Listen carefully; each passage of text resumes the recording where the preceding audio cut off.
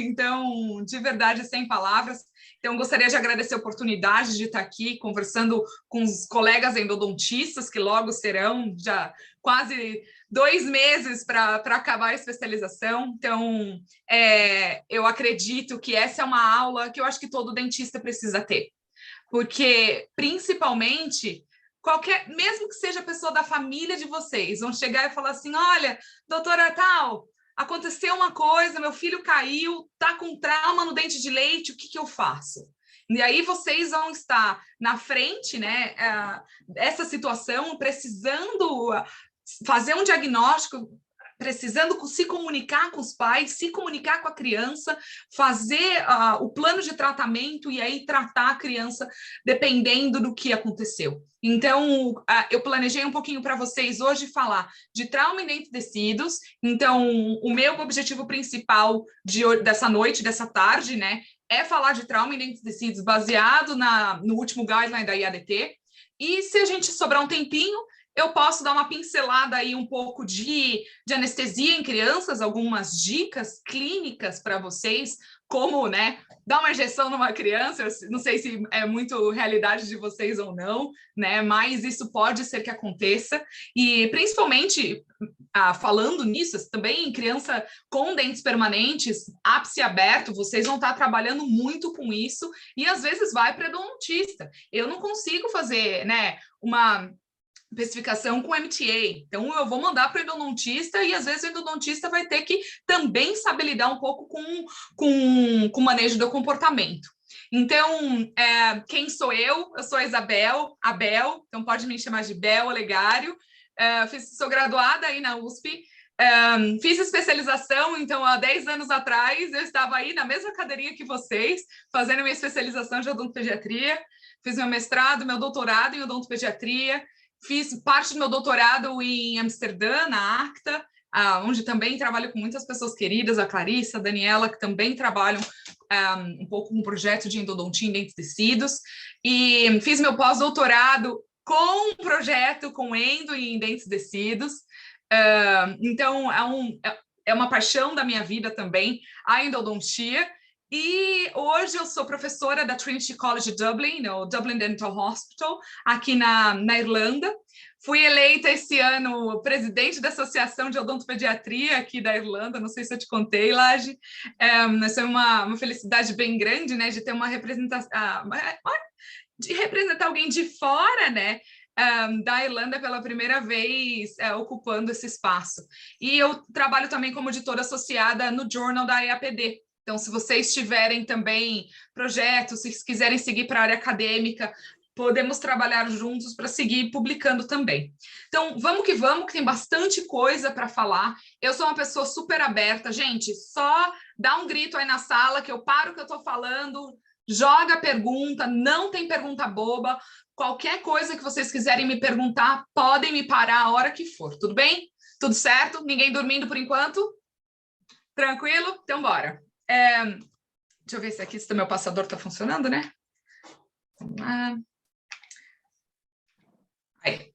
Bom, então, o que eu vou falar hoje na aula? Eu vou começar a falar de descrição, de etiologia, de diagnóstico e de tratamento de todas as principais tipos de trauma em dentes descidos. Começando com a concussão, a subluxação, a extrusão, luxação lateral, intrusão, avulsão e os tipos de fratura. Quando eu falo dos tipos de fratura, a gente vai falar o que a gente faz com uma fratura de esmalte, uma fratura de esmalte dentina, esmalte dentina polpa, quando a gente tem uma fratura radicular em dente tecido, quando a gente tem uma fratura que ela é coronária e radicular ao mesmo tempo, qual que é o manejo de cada uma dessas situações.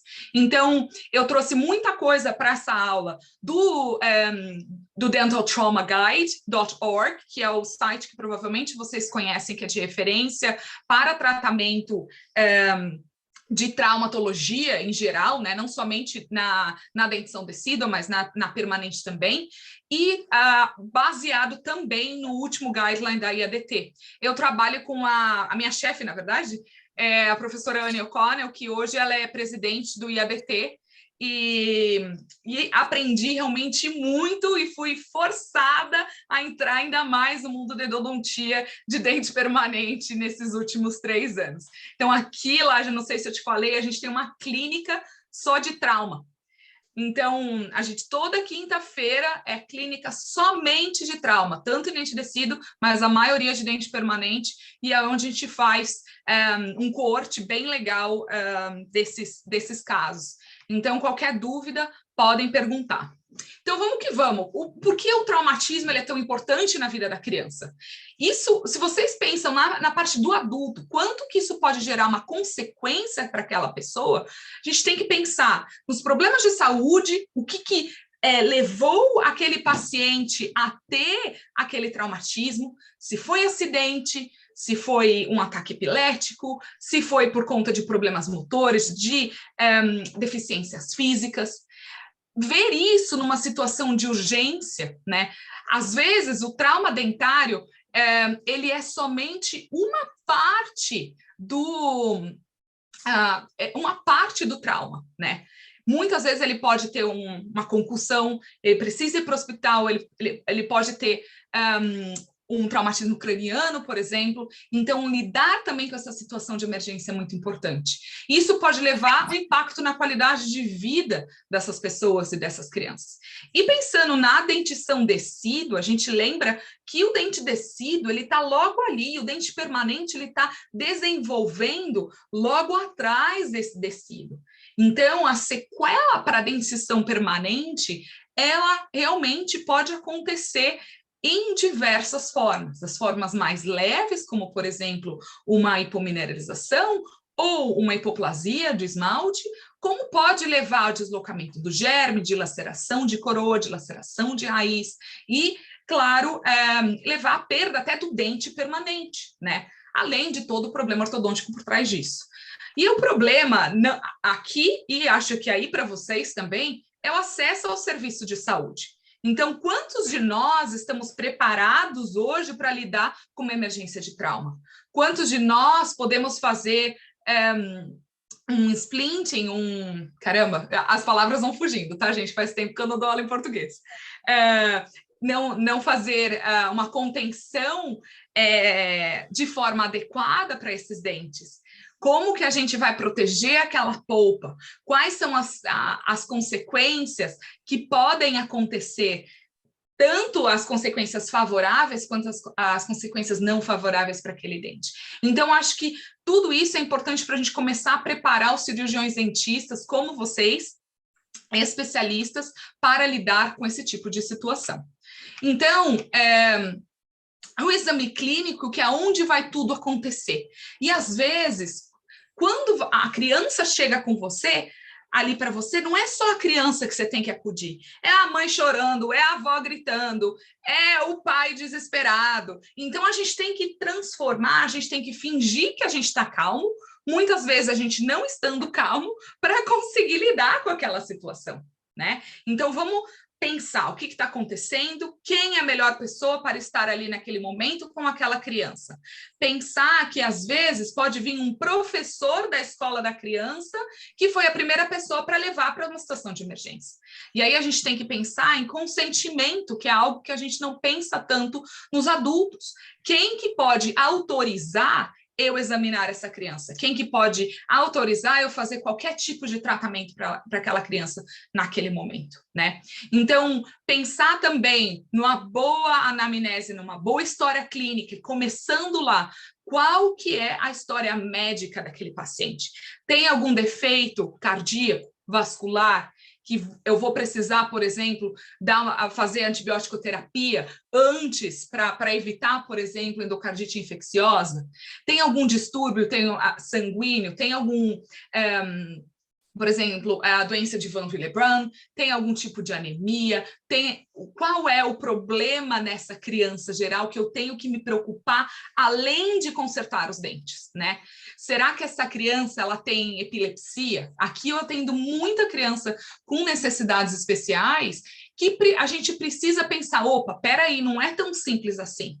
Será que ele não pode ter um outro ataque convulsivo na minha cadeira enquanto eu estou fazendo o meu procedimento? Será que eu estou preparada para atender essa emergência médica? Qual é a medicação que essa criança está tomando? Será que tem alguma influência no tratamento que eu vou fazer? Será que a vacinação daquela criança ela está em dia? Principalmente quando você tem um caso de avulsão ou algum caso de trauma que você caiu num ambiente contaminado. E aí é pensar, depois de fazer toda essa parte na parte médica da criança, é começar a fazer as perguntinhas básicas. O que aconteceu? Aonde aconteceu? Quando aconteceu? Como aconteceu? Quem viu? E essa palavra é bem importante, gente, pegar a história clínica, porque a gente tem que lembrar que, infelizmente, em todo lugar do mundo, a gente tem o que a gente chama de injúrias não ocidentais, maltrato. Então, a gente também tem que saber identificar quando as coisas elas não batem. Aquele roxinho no rosto da criança não bate com o dente. Aquele roxinho no braço não bate com a história que ele te contou que ele caiu da bicicleta. Ou uma lesão que já está mais cicatrizada e uma lesão nova. Então, a gente tem que prestar muita atenção, porque cabe a nós, dentistas, muitas vezes, entrar em contato com o conselho tutelar e com a polícia para proteger aquela criança. Então, lembrando também que é não somente ir lá e diagnosticar, mas pensar tudo isso que está por fora, né, daquela criança para a gente fazer o melhor. Então, vamos agora pensar um pouco a todos os tipos de lesões, as estruturas dentárias que podem acontecer na dentição decídua. Então, uma das principais coisas que acontecem e a gente nem fica sabendo é a concussão. Vocês sabem o que é concussão, provavelmente, né? Então, é quando você tem um prejuízo às estruturas de suporte dos dentes, você não tem aumento de mobilidade do dente, você não tem deslocamento do dente e não tem, geralmente, sangramento gengival. Então, aquele sinal, depois que a criança bateu, é o pai, geralmente, que vai falar: ele bateu outro dia mesmo, ele caiu, não sei, do sofá, pulando, bateu de frente com o irmão e acabou batendo o dente. Aconteceu alguma coisa? Não, eu chequei na hora, tá tudo certo. E lembrando que isso pode ser uma concussão e que sim, pode levar a consequências pequenas e raras, porém pode acontecer. Tá? Então, o diagnóstico da concussão ele é muito difícil de se fazer depois que o acidente aconteceu, se passou muito tempo que o acidente aconteceu. Então, só para mostrar para vocês como acontece, né? Então, vai lá, toma uma batidinha no dente, e aí quando a gente dá zoom nas estruturas adjacentes, você vê que a estrutura vascular ela não foi rompida, eu posso ter um pouquinho de rompimento dos ligamentos, mas a maioria do ligamento periodontal está sem dano, e não tem danos no folículo do dente, permanente sucessor, tá? Então, preciso fazer radiografia para concussão? Não. A não ser que já tenha algum sinal clínico, mudança de cor, mobilidade ou dor que você precisa tirar a radiografia por outros motivos. Mas geralmente a gente não precisa nem tirar a radiografia de baseline para essas crianças, tá? Então, só para explicar para vocês, a radiografia que a gente tira para traumatismo dentário é uma radiografia oclusal modificada. A gente pega o filme de adulto, coloca numa posição oclusal e tira a radiografia. Para vocês, na endodontia de permanente, a radiografia é a periapical. Para a odontopediatria, a gente usa a oclusal por 2 motivos. Um, que é muito mais fácil daquela criança, daquele bebê tolerar. Então, o que você precisa fazer? Colocar a mãe na cadeira, às vezes sentar a mãe aqui na cadeira, pedir para segurar os braços, né? Enquanto você tira a radiografia, e você coloca o tubo, a criança com a boca fechada, você consegue fazer a radiografia. tá? Então, isso é uma facilidade técnica muito fácil de tirar esse tipo de radiografia. A outra vantagem é que eu consigo ver não somente o dente descido, a raiz do dente descido, mas também a relação com o dente permanente, o estágio de formação do dente permanente, como vocês conseguem ver aqui nessa radiografia, e se tem alguma lesão periapical, se tem alguma reabsorção interna, se tem alguma reabsorção externa desse dente, e avaliar os outros dentes em formação. Por isso que a gente acaba tirando a radiografia oclusal, tá? Com filme periapical adulto, deitado, pede para a criança morder, 30 graus de angulação, tudo bem? Tudo certo, gente? Vou tocando, tá? Porque eu falo pelos cotovelos. Coloquem a mão aí para cima se vocês quiserem que eu pare. E aí, o tratamento, não é necessário fazer nada. É só acompanhar realmente o paciente. Você vai dar instrução para o paciente como todo trauma, continuar com alimentos móveis por em torno de uma semana, não morder coisa dura com o dente da frente, manter uma boa higiene oral. Aqui eu falo para os meus pacientes, keep it clean, keep it clean, keep it clean. Pelo amor de Deus, mantenha o dente limpo, porque vocês não acreditam mais. A primeira coisa que os pais fazem quando a criança bate a boca é parar de escovar o dente. Eles têm pavor de manter aquilo limpo. Então, é realmente falar, não, eu preciso que você escove. Não tenha dó, eu preciso que você escove. Escova macia, e uma das coisas que a gente pode utilizar é a clorexidina, né, de 0,1 a 0,2%, 2 vezes ao dia por uma semana, para ajudar naquela higienização, porque às vezes a criança fica mais chatinha, mais difícil de conseguir a melhor higiene oral, então ajuda bastante. E aí você chama o paciente depois de uma semana, e geralmente depois de 6 a 8 semanas, só para ver clinicamente, sem necessidade de radiografia, se precisa de mais alguma coisa. Então, o que eu fiz aqui para vocês? Depois eu vou mandar os slides, então não se preocupem, vou mandar o link dessa apresentação, vai ficar gravado, vocês podem revisitar, e eu também posso mandar depois o PDF do IADT Guideline para Entries in the Primary Dentation. E aí, aqui, seguindo o que a gente está vendo, ele fala para a gente, ok, o que é a concussão, como vocês podem ver. Então, ele fala quais são os achados clínicos, quais que são as recomendações radiográficas, não precisa tirar radiografia, qual é o tratamento, fala que não precisa de nenhum tratamento, só observar, realmente educar os pais, né? E principalmente falar, mantenha o dente limpo e acompanhar depois de uma semana e de 6 a 8 semanas, e se não tiver nenhum problema, pode discharge, pode mandar o paciente embora, não precisa continuar avaliando, tá? E aí é pensar, ok, o que pode acontecer de favorável nessa situação, e o que pode acontecer, no pior das hipóteses, para esse tipo de lesão.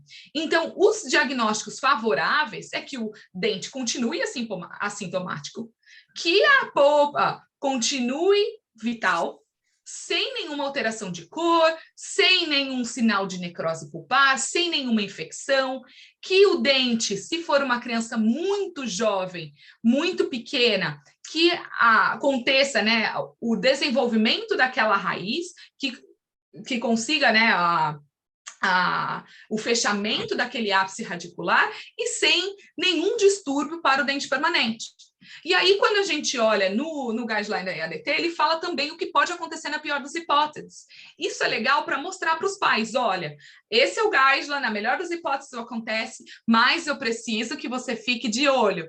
O que eu falo para os pais aqui, levanta a gengiva, tira o lábio do meio e checa se tem nenhuma bolinha na gengiva, checa se não tem uma diferença de cor, checa se o dente não está mole antes do tempo, né? Dá uma olhada se não está com dor, se não tem qualquer sinal de infecção ou de necrose pulpar. Então, como vocês sabem mais do que eu, que sinais definitivos de necrose pulpar é fístula, abscesso, certo? E o resto, mudança de cor, não significa essencialmente necrose pulpar. Ah, mas Isabel, o dente mudou de cor para vermelho. Tá tudo bem. o que pode ter acontecido, extravasamento de hemácias, e o dente pode voltar à cor normal ou não. Isso não necessariamente significa que o dente está necrótico, tá? Ai, mas Isabel, o dente tá ficando mais amarelo do que o outro. Vocês sabem mais do que eu, geralmente, um dente que fica mais amarelado, ele pode significar pulp canal obliteration, quando você tem uma calcificação pulpar. Você vai tirar a radiografia, tá lá, a diminuição do canal, né, do canal radicular. Então, são sinais clínicos e radiográficos que a gente fica monitorando. Então, eu só vou tirar uma radiografia, obviamente, se tiver algum sinal clínico que não esteja dentro da normalidade, tá bom? E sempre avise, qualquer tipo de trauma na dentição decídua, ele pode ter um impacto no dente permanente. Dá para você jurar por Deus, para aquela mãe, que só porque foi uma concussãozinha não vai acontecer nada com o dente permanente? Não, a gente nunca sabe, tá? Pode acontecer sim, e é claro que o que a gente tem, né, dos nossos dados de ensaios longitudinais, de estudos de coorte, mostrando que mesmo uma fratura de esmalte, ela pode dar problema na erupção do dente permanente, tá? Então, vamos seguir para próximo tipo de diagnóstico, vamos para a subluxação. Então, a subluxação no dente permanente, no dente descido, é a mesma coisa. A gente vai ter aumento da mobilidade, você não tem deslocamento do dente, mas aí você pode ver clinicamente um sangramento do sulco gengival por conta, né, que o PDL, o ligamento periodontal, ele realmente sofreu um rompimento dessas fibras, gerando esse sangramento do sulco gengival, tá? Então, sinais de diagnóstico, geralmente, ele é muito transitório também. Ah, sangrou, a mãe vai te falar, teve um sanguinho ao redor do dente, foi isso. Se você viu a criança bem rápido, às vezes no mesmo dia, pode ser que você identifique, mas pode ser que o paciente chega lá, depois de 2, 3 dias, já não está vendo nada. Então, nesse caso, você vai checar se tem alguma mobilidade no dente ou não, porque pode sim ter mobilidade num dente que tenha subluxação. E aí, a decisão de fazer vocês me ajudem que eu esqueci a palavra para splinting. Contenção. Obrigado. Contenção. Tá todo mundo acordado. Para fazer a contenção ou não, vai depender da mobilidade daquele dente naquela situação clínica e, é claro, do comportamento da criança, que às vezes pode ser bem desafiador para a gente, não é mesmo? Então, a gente sempre tira a radiografia na subluxação, porque pode ser que eu tenha uma alteração no futuro. Então, sempre olha para checar se não tem nenhuma fratura radicular, para ver se não tem outros sinais de deslocamento daquele dente e, principalmente, para usar aquela radiografia em comparações com radiografias futuras, tá? Então, o que acontece aqui na subluxação, de novo, o dente, né? Toma um bang, mais um pouquinho mais forte agora. Então, na aproximação, a gente vê que você teve um rompimento desse neurovascular ali, que você teve áreas de separação do ligamento e que você também tem áreas que ainda o ligamento está tudo bem. E, geralmente, sem nenhum dano ao folículo do dente permanente, tá? Então, o tratamento agora para a subluxação. Nenhum tratamento é necessário, apenas acompanhar, de novo, mesmo blá blá blá de sempre, instrução ao paciente, alimento, manter boa higiene oral, pode usar clorexidina e lembra, sempre orientar os pais com as possíveis complicações que podem acontecer, porque é o pai que vai estar ali com a criança todo dia, vê se tem algum inchaço na área, vê se tem algum, né, um abscesso, alguma fístula, alguma bolinha na gengiva, alteração de cor, mobilidade e assim por diante. Então, vamos olhar agora o que o IADT fala, né? Ele pede para as recomendações radiográficas tirar uma radiografia periapical ou o que eu estava falando para vocês, essa radiografia oclusal com um filme adulto na posição oclusal, tá? No baseline, no primeiro dia, quando vocês verem o trauma, e depois o que você espera ver é que esteja tudo normal. Pode ter ali um espaçamento do ligamento periodontal e é isso. Vocês não vão ver mais nada, mas pode ser que tenha uma fratura radicular associada.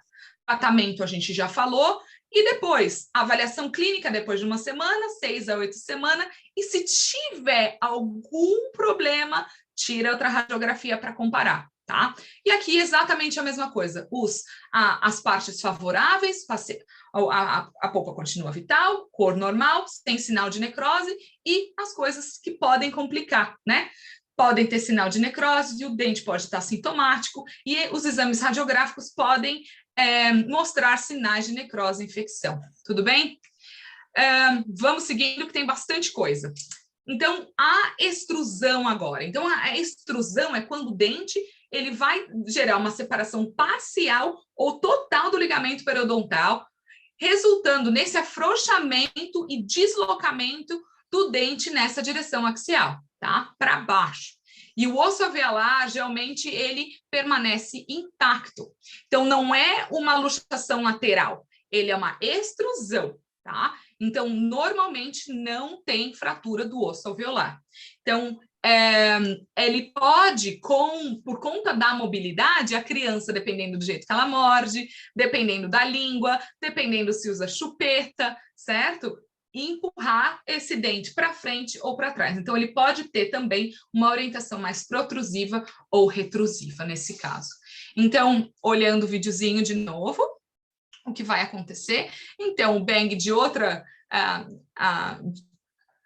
direção, nesse caso, deixando o dente para baixo, e aqui eu já tenho um rompimento vascular mais importante na parte apical, eu tenho a separação desse ligamento periodontal e geralmente não tem nenhum dano ao germe do permanente, tá? E aí, o diagnóstico, ele vai ser principalmente clínico, e quando você tira a radiografia, o que pode acontecer é que a coroa ela vai se apresentar um pouco alongada, você vai ter aquele dente mais alongado quando você compara com os dentes adjacentes. Lembrando, né, que na melhor das hipóteses vai ser um dente só, mas geralmente vem vários tipos de trauma na mesma criança.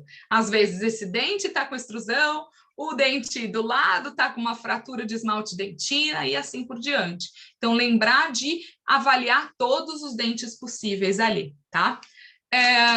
E o tratamento para extrusão? O que a gente faz? Se for uma extrusão pequena, de até 3 milímetros, o que a gente faz? Tenta reposicionar o elemento e fazer a contenção. Mas se é uma extrusão maior, não vai ter como você reposicionar o elemento. Porque pensem comigo, se eu for empurrar esse elemento para cima, o que pode acontecer? O que tem lá em cima, perto da raiz desse dente? Alguém aí?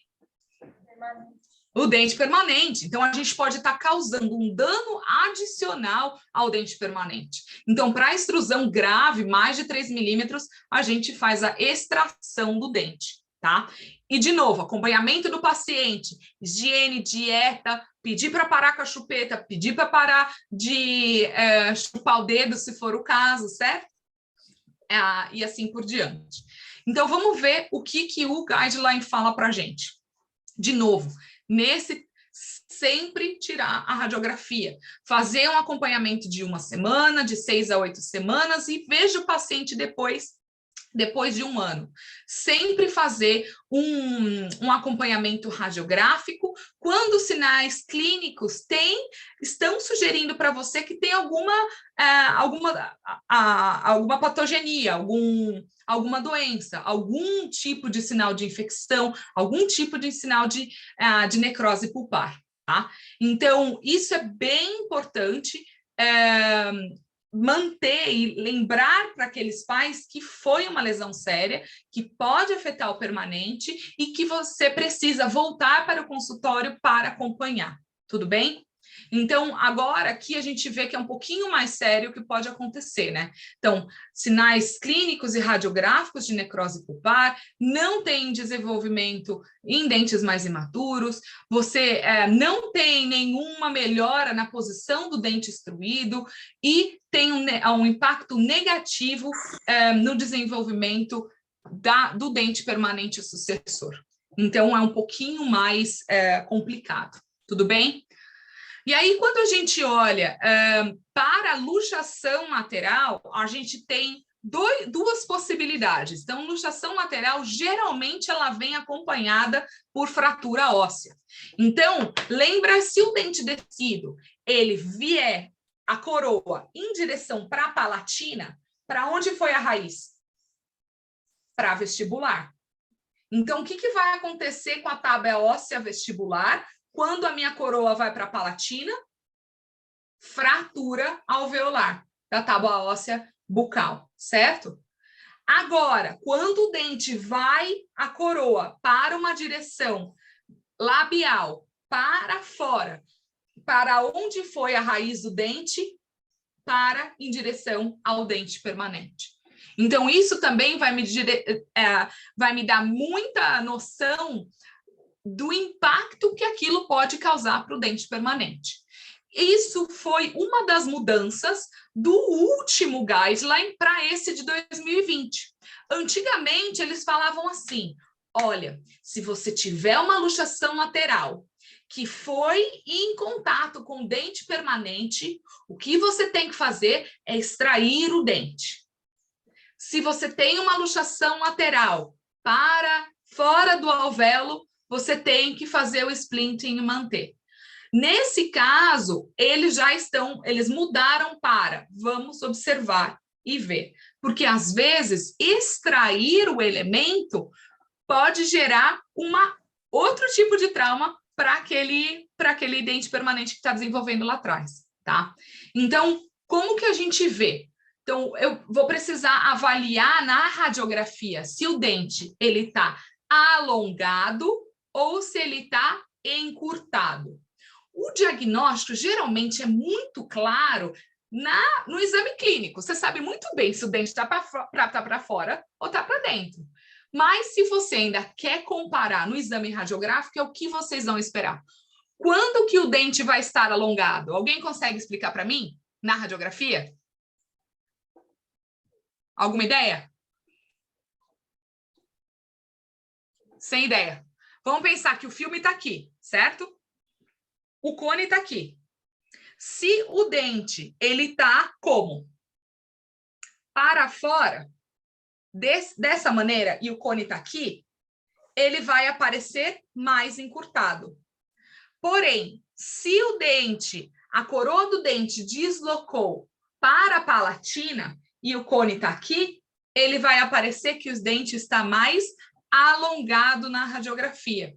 Então, essa é a diferença quando a gente olha a radiografia, opa, o que está acontecendo? O dente está mais curto, está mais longo? Isso quer muito dizer da posição que o dente se encontra no alvéolo em direção ao dente ou em direção oposta ao dente.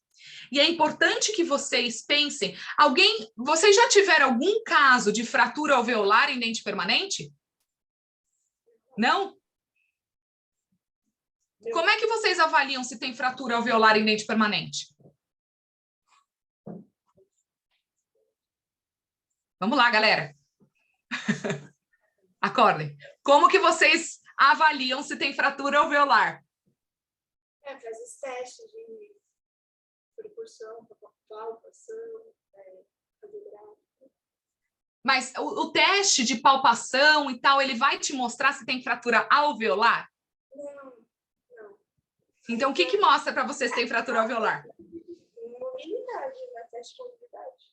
A mobilidade, mas às vezes uma luxação sem, ou até uma avulsão, né?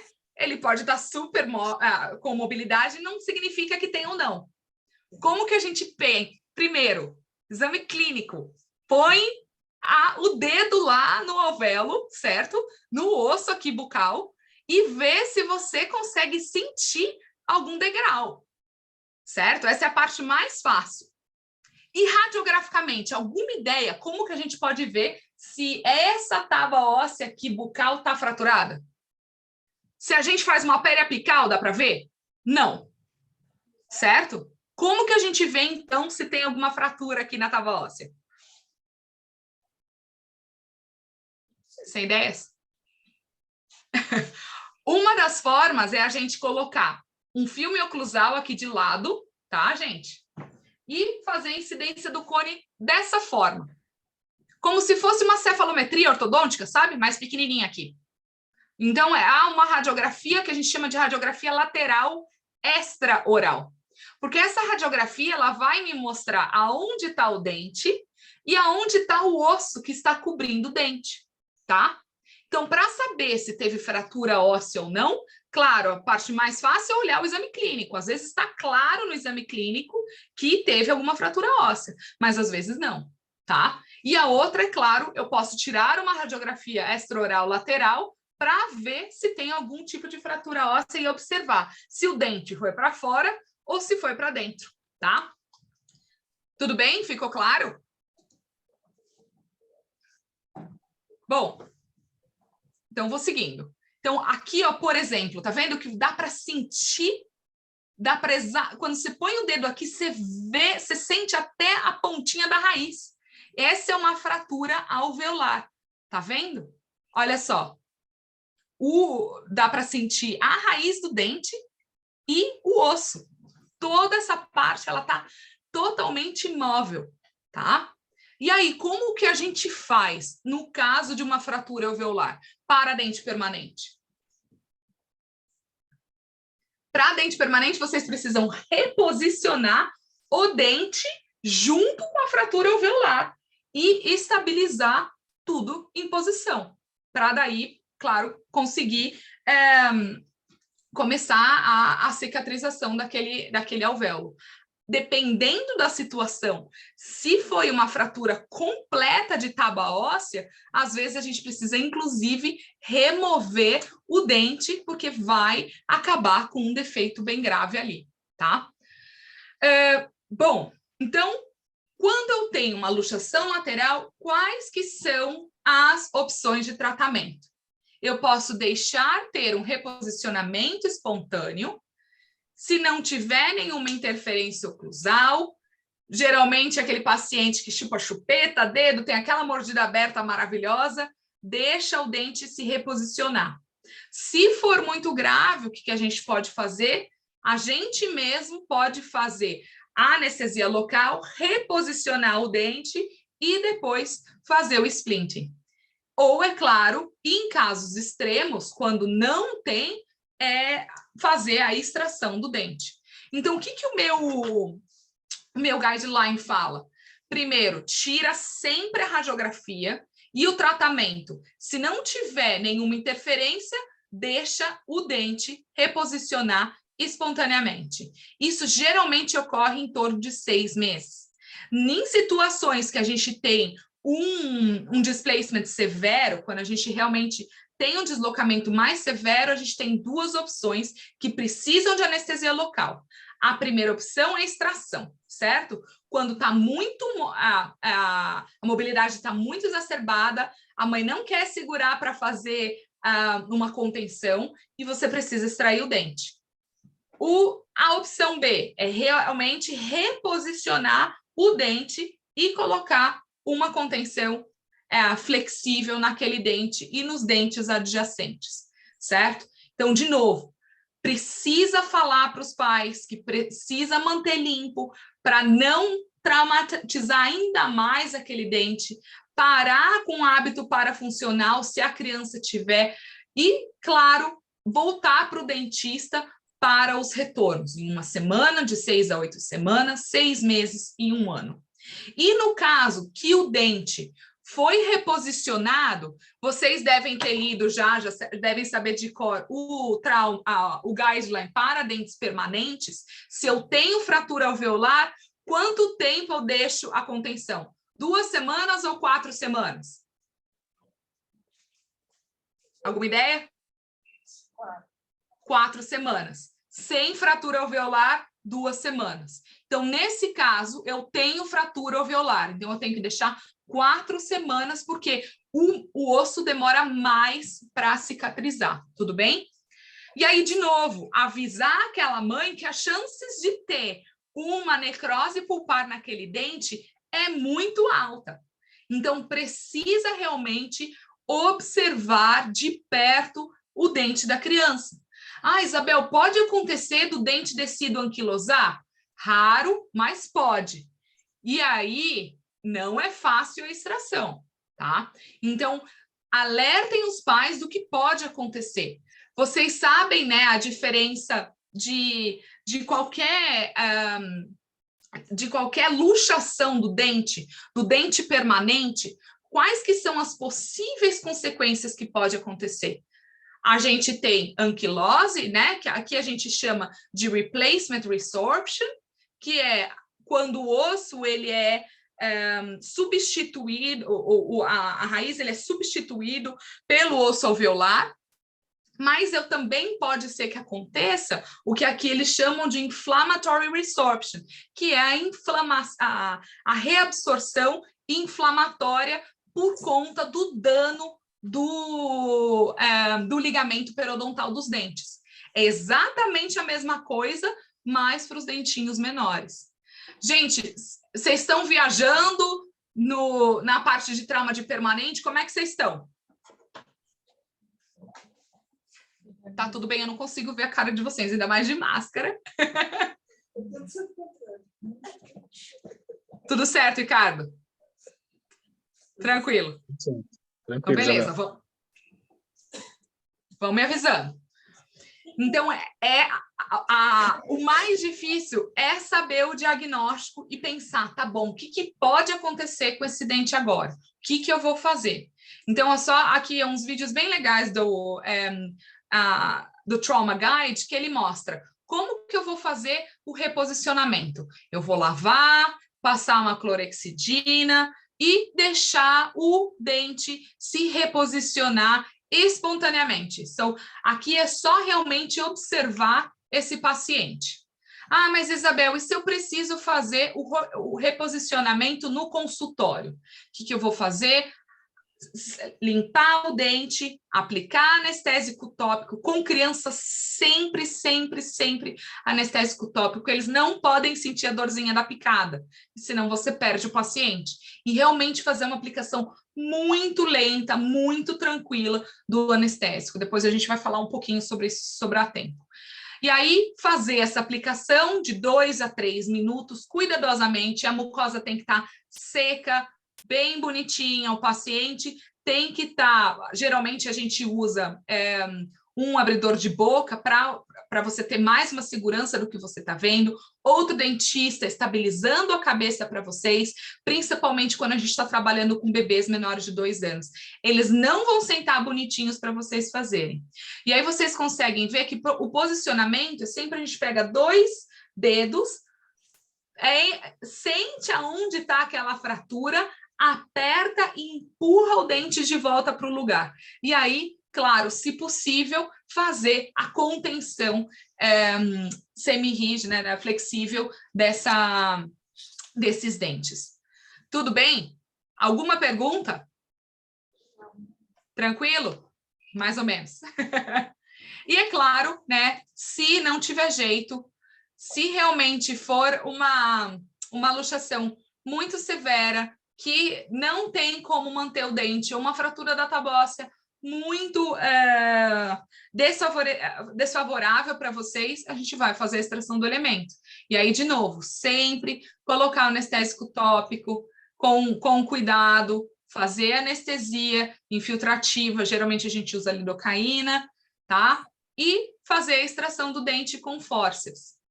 E tomar cuidado, sempre tira a radiografia antes, porque às vezes vocês podem ter uma fratura radicular que vocês só vão descobrir na hora que vocês forem extrair o dente. Outra coisa é para paciente um pouco mais velho, se o paciente estiver lá por 4, 5 anos, pode ser que o dente já esteja reabsorvido um pouco. E aí você vai extrair, você vai falar, ai meu Deus, eu quebrei a raiz.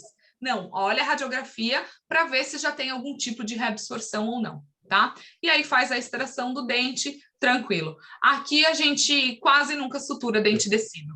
Na verdade, eu nunca suturei um dente descido aqui.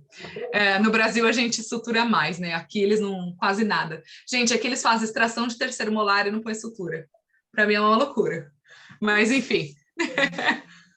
Aí, vamos agora falar um pouquinho de intrusão. Então, intrusão, para mim, é um dos piores tipos de lesão para dente descido, porque com certeza vai lá em cima no dente permanente.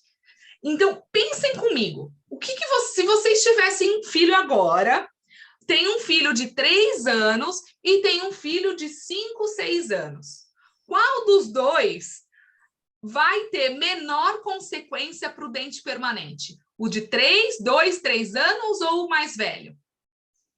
Alguma ideia? Qual que é o mais preocupante? Criança mais nova ou criança mais velha?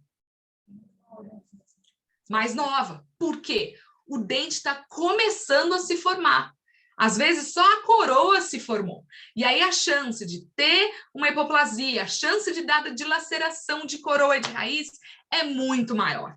E é claro que se a criança cai e arrebenta a boca com 6 anos, aquele dente provavelmente já estava reabsorvido, já não tinha quase raiz e o dano para o dente permanente é menor. Mas ainda assim pode acontecer, tá?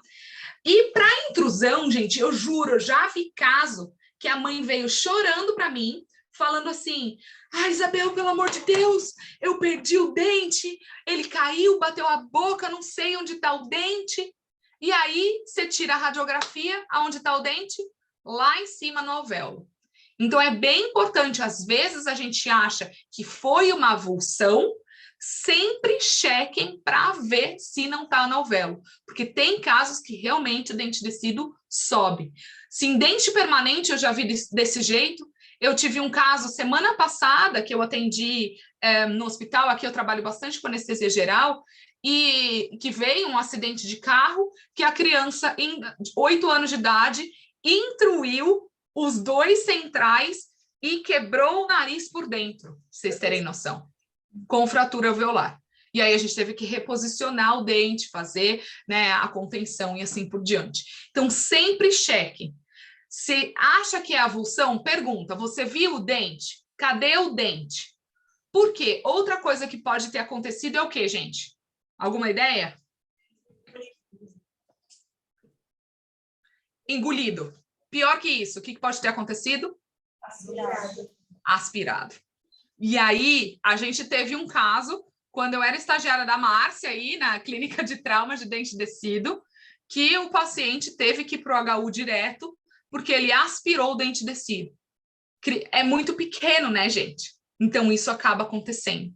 Então, sempre pergunta, em caso de qualquer parte do dente que está faltando, seja uma simples fratura de esmalte dentina, até fratura radicular, ou até mesmo uma avulsão.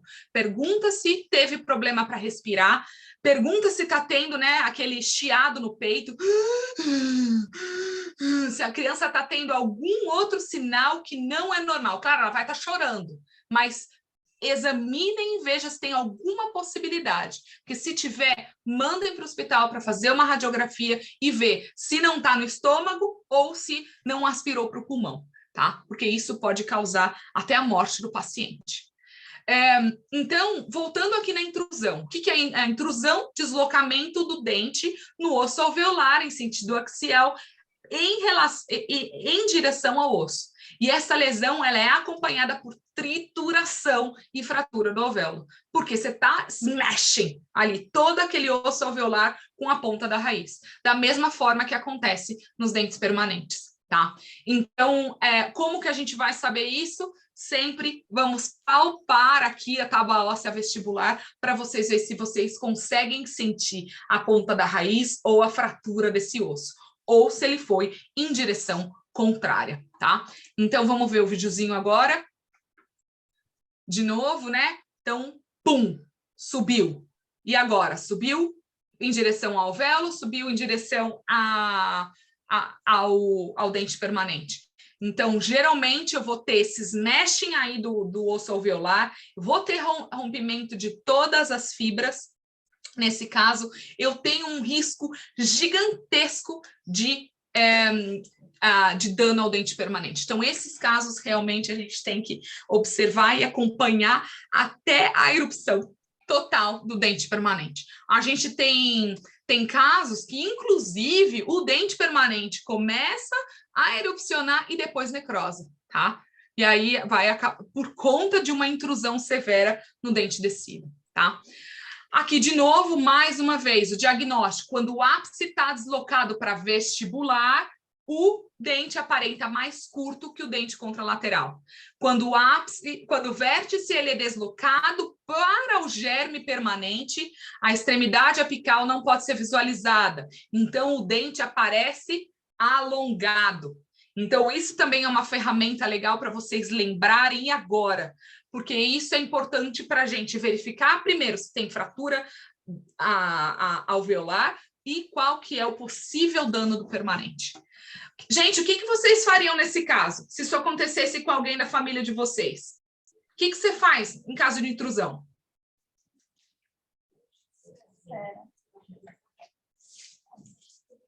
Alguma ideia?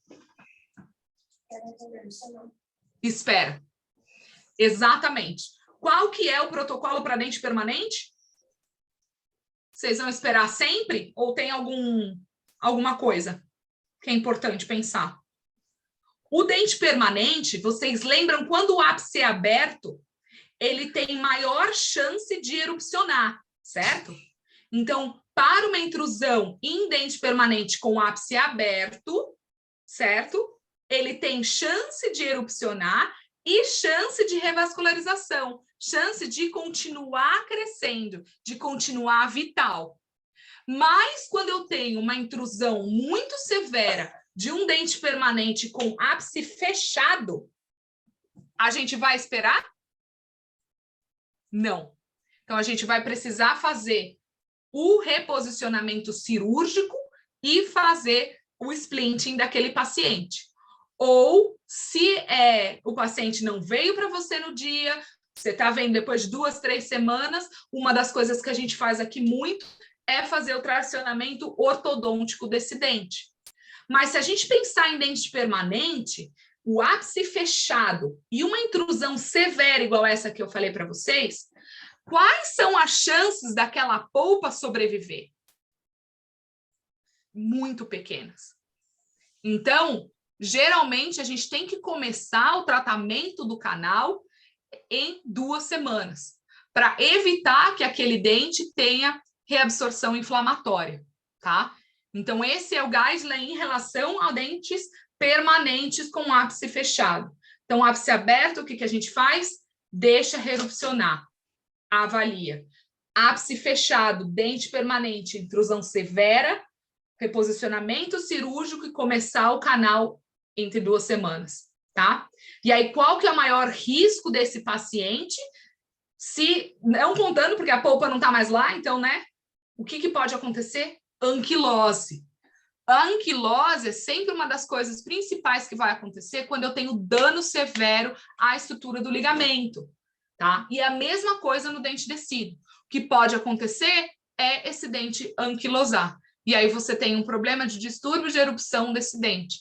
No caso do permanente, é que vocês não veem muita criança. Qual que é o problema de dente anquilosar para dente permanente? Você vai perdendo o osso, daqui a pouco o dente desaparece e você bota o implante bonitinho, certo? Mas qual o problema de ter anquilose em uma criança de 8, 9 anos? 10 anos de idade, que ainda vai dar o estirão de crescimento.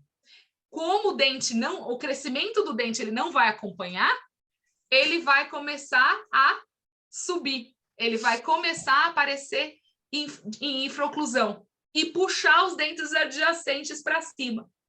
Então, por isso que em criança, quando o dente apresenta anquilose, muitas vezes a gente faz o que a gente chama de tirar a coroa. Como é que é decoronation em português?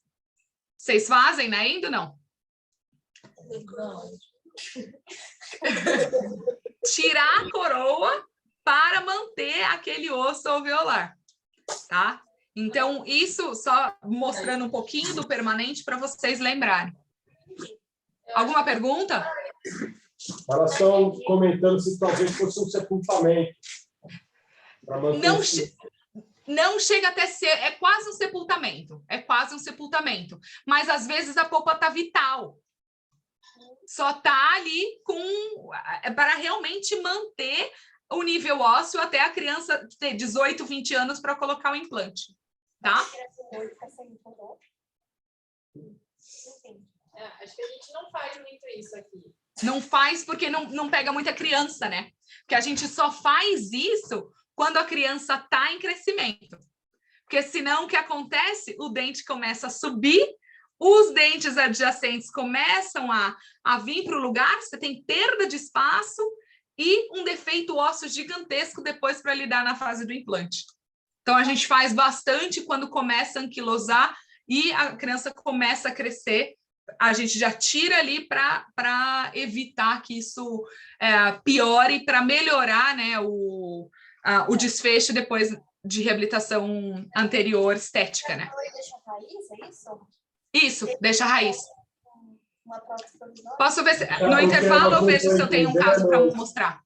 Ô, Isabel, acho que o que elas não estão entendendo é a parte da polpa viva ali, que seria para elas como se fosse fazer uma pulpotomia alta, sepultar aquilo ali para terminar de formar e manter osso. Né? Exatamente. Mas às vezes você já começou, né, a endo, e aí você tira o que está dentro do canal, deixa lá só para manter osso mesmo até chegar a idade do implante. Claro que vocês não fazem isso com adulto porque não faz sentido, né? Você está mantendo o osso, já que você já pode extrair e já colocar implante imediato. Mas em criança não dá para colocar implante antes dos 20, né? Essa é a maior diferença. Eu posso tentar ver algum caso na hora do intervalo e mostro para vocês. Bom, então vamos lá. Seguindo. Então, qual que é o tratamento? Deixar, como vocês mesmos disseram, erupção espontânea, na maioria dos casos, na intrusão, certo? E o dente ele tem que ser deixado para o reposicionamento espontâneo. Eu já vi casos de até 1 ano depois o dente não se mexer e, de repente, vir para baixo, tá? Então, principalmente em crianças menores, de 2, 3 anos, ele demora para reerupcionar. Não é um problema, né? Então, antes, eles falavam para extrair se fosse em direção ao dente permanente.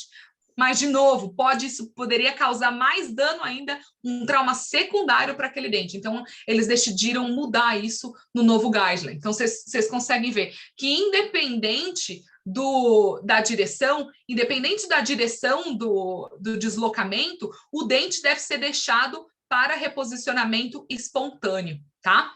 E, em alguns casos, isso pode levar até 1 ano, tudo bem?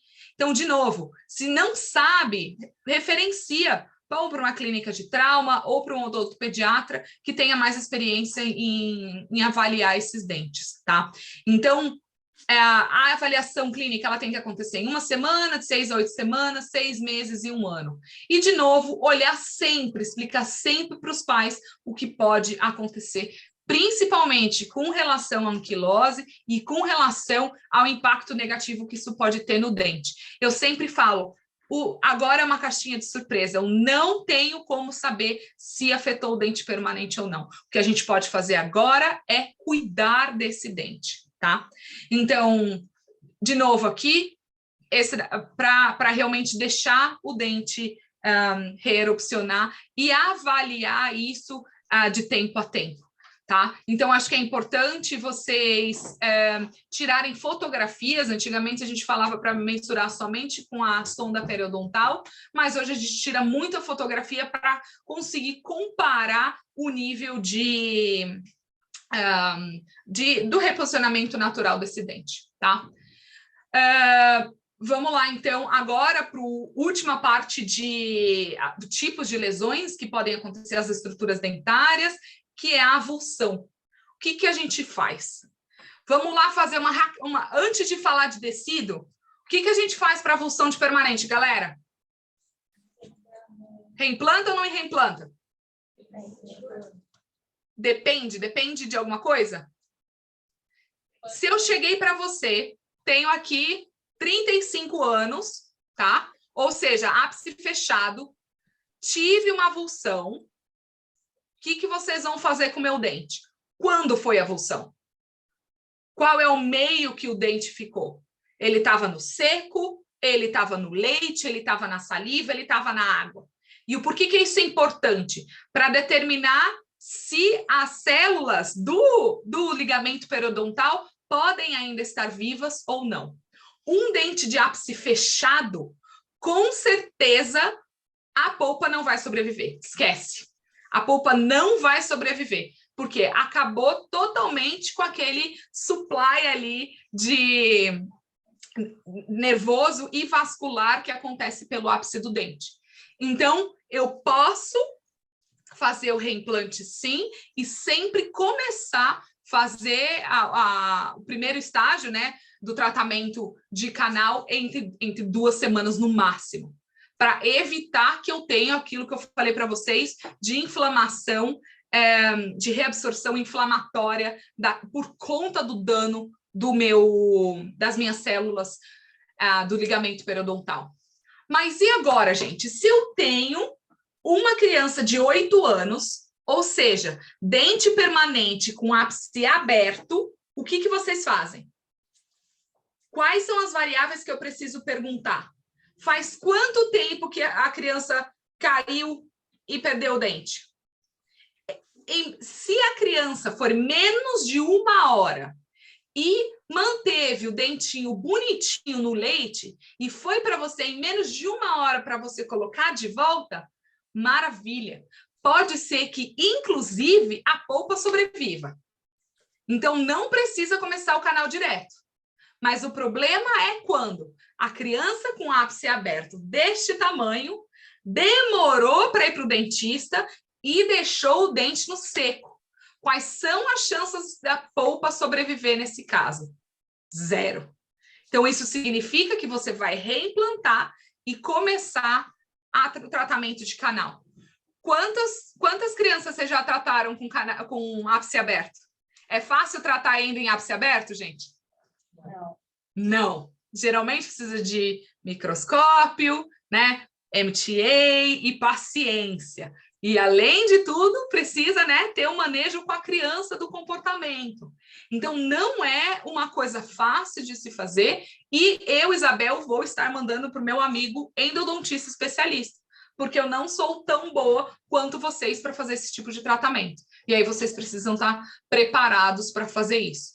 Por isso que é bem importante a gente saber, ok, quais são as perguntas que eu preciso fazer para essa mãe. Aonde estava o dente? Faz quanto tempo?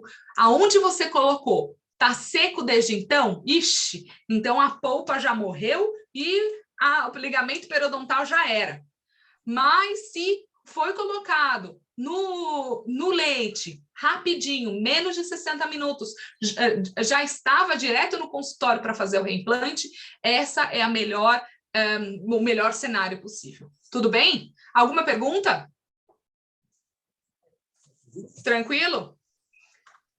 E agora? Para dente permanente, então a resposta foi sim, reimplanta. E dente descido?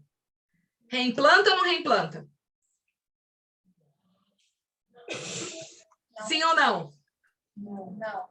Não, jamais reimplantar um dente descido, porque você pode estar jogando tudo lá para cima do dente permanente, tudo bem? Então, sempre radiografa para garantir que o dente não intruiu, sempre pergunta, você achou o dente? Sempre checa se o paciente não aspirou ou se engoliu o dente, tá? Então, o dente, ele é completamente deslocado para fora do alvéolo. Agora, deixa lá. Mantenha a higiene, não tem o que fazer. Então, nunca reimplante. Então, no caso da avulsão, acho que a animação é bem óbvia, né? Vá lá, um bang gigantesco, o dente sai inteirinho do alvéolo, às vezes tem fratura, às vezes não. E aí é realmente deixar aquilo cicatrizar, né, da melhor forma, e depois pensar numa forma de reabilitar essa criança. Então, não é recomendado o reimplante do elemento avulsionado. No exame inicial, vê quais são os dentes que estão lá, tenha certeza que faz um bom exame radiográfico, para ter certeza que não é um caso de intrusão, que acreditem ou não.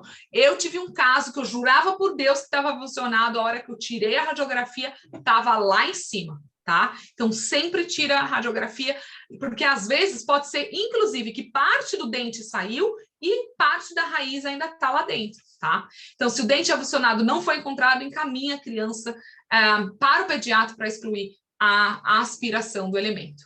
Tudo bem? Bom, agora eu queria falar com vocês de fratura rapidamente, aí a gente dá um intervalinho.